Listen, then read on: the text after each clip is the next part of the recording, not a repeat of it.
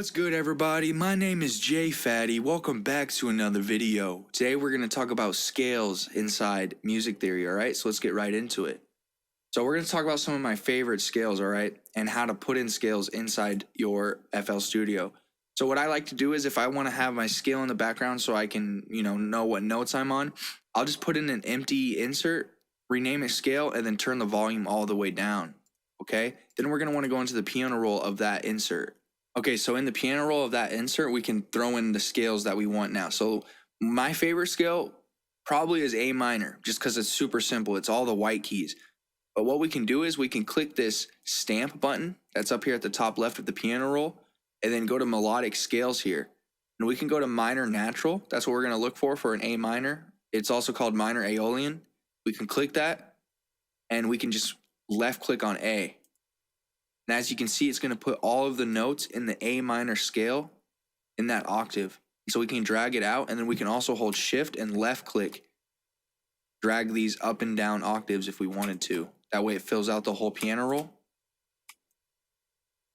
And now whenever we're inside another element inside the channel rack, as long as it's on the same pattern, so like these keys right here, if we go to piano roll, we'll see these ghost notes, and we can just follow those, put in our chord progression.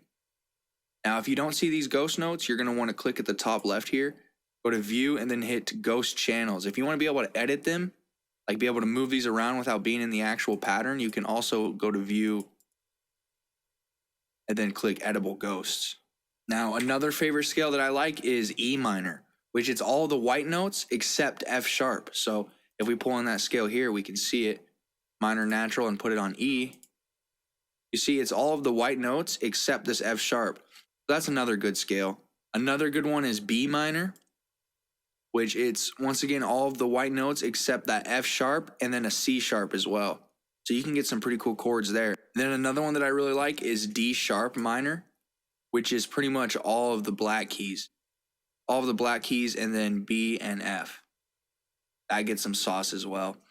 So if we just go to major, we just click this major scale right here and put it on C. You'll notice it's all of the white notes. This will go into our next topic, which is minor and major relatives. But for right now, just know it's the same scale as the A minor scale, but it starts on C. And it's in a major instead of minor, okay? So that's a good scale right there as well.